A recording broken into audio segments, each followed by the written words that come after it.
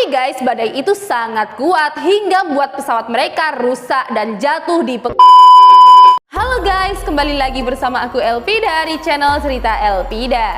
Nah guys, di video kali ini aku akan membahas alur cerita film lagi nih. Film yang akan aku bahas kali ini adalah film yang bertema survival, karena kemarin ada yang request tuh. Nah sekarang aku turutin ya. Film yang akan aku bahas kali ini berjudul Till the End of the World. Film ini dirilis pada tahun 2018 yang disutradari oleh Yo In Woo.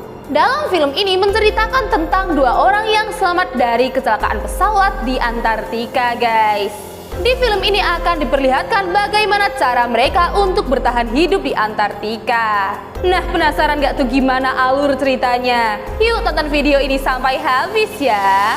Oke guys, di awal film kita diperlihatkan oleh sebuah pesawat yang sedang terbang di atas kutub selatan atau yang biasa disebut dengan Antartika. Di sana terlihat banyak sekali salju yang menyelimuti pegunungan. Para penumpang yang berada di pesawat seneng banget tuh. Di situ terlihat Natasha, Wu Fuchen, dan Jin Rui sedang mengabadikan momen di pesawat itu guys. Nah, mereka ini pergi ke Antartika untuk mempromosikan perusahaan Wu Fuchen yang sedang melakukan bisnis proyek pernikahan di Antartika. Lalu tiba-tiba cuaca pun mulai berubah. Sepertinya sih akan terjadi badai guys.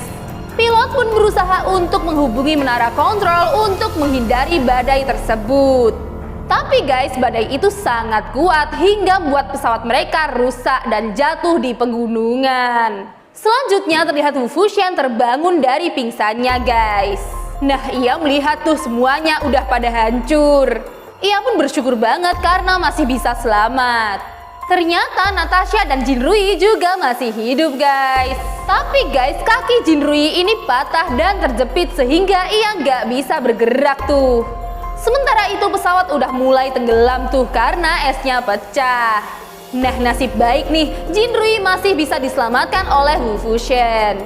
Tak lama kemudian Natasha yang terluka parah akhirnya meninggal dunia guys. Mereka pun terus melanjutkan perjalanan guys, tapi nggak tahu nih mau kemana. Tiba-tiba badai besar pun datang dan akan menghantam mereka. Lalu Wu Fuchen ini berinisiatif untuk menggali salju dengan sekuat tenaga untuk dibuat tempat perlindungan guys. Dan akhirnya mereka pun berhasil selamat. Nah, setelah dirasa cukup aman, mereka pun keluar guys. Wu Fuchen berusaha untuk mencari jaringan di atas bukit, tapi gak ada sinyal sama sekali, ya namanya di Antartika. Lalu mereka melanjutkan perjalanan dan akhirnya mereka ini menemukan sebuah gubuk guys. Mereka pun beristirahat di sana tuh sambil mencari cara untuk menemukan jalan keluar. Di gubuk itu mereka juga menemukan berbagai macam makanan guys. Lumayanlah bisa untuk bertahan hidup selama beberapa minggu. Hari demi hari pun berlalu. Wu Fuchen ini setiap hari berjalan puluhan kilometer untuk mencari jalan keluar guys. Ia pun juga berharap akan bertemu orang di sana yang bisa menyelamatkan mereka. Hingga hari ke-6 ia masih belum menemukan apa-apa guys. Sampai pada hari ke-8 saat ia lagi asyik ngerokok nih, tiba-tiba tebing yang berada di sampingnya pun runtuh. Ia pun segera berlari dan untung saja ia masih selamat guys. Tak terasa mereka udah 15 hari nih di Antartika. Persediaan makanan pun semakin menipis guys. Mereka pun terpaksa tuh makan bangkai burung di sana guys. Kasihan banget gak sih? Hingga pada hari ke-18 Wu Fuchen ini keluar lagi tuh untuk memancing dengan menggunakan tongsisnya. Dan akhirnya ia pun berhasil mendapatkan ikan. Wah, seneng banget gak tuh berasa menemukan harta karun. Tapi guys, saat dalam perjalanan pulang ia pun apes guys karena tiba-tiba es yang ia injak pun retak. Ia pun terperosok ke dalam hingga pingsan. Setelah ia tersadar, ia pun mencoba untuk mencari jalan keluar.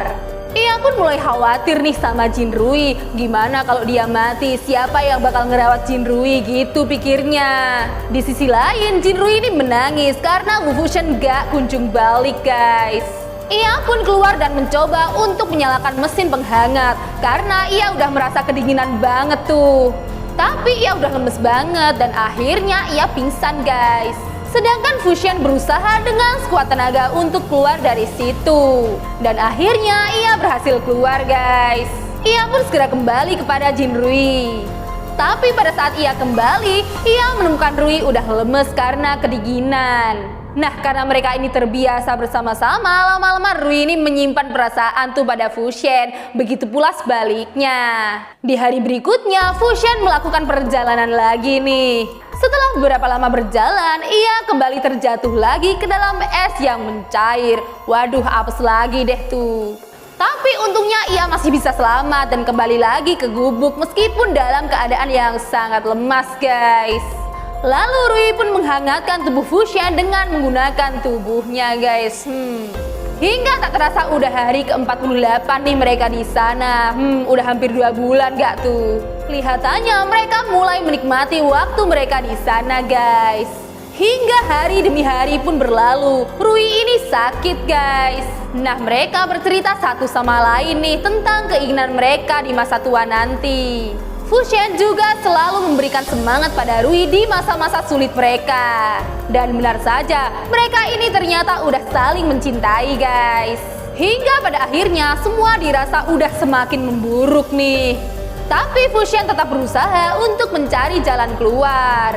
Di perjalanan ia kena apes lagi. Ia dihantam badai hingga pingsan, guys. Nah, saat ia udah sadar nih, ternyata ia sudah berada di sebuah camp. Ia udah ditolongin tuh sama orang-orang di situ. Di situ ia juga meminta orang-orang untuk segera menjemput Rui di gubuk, guys.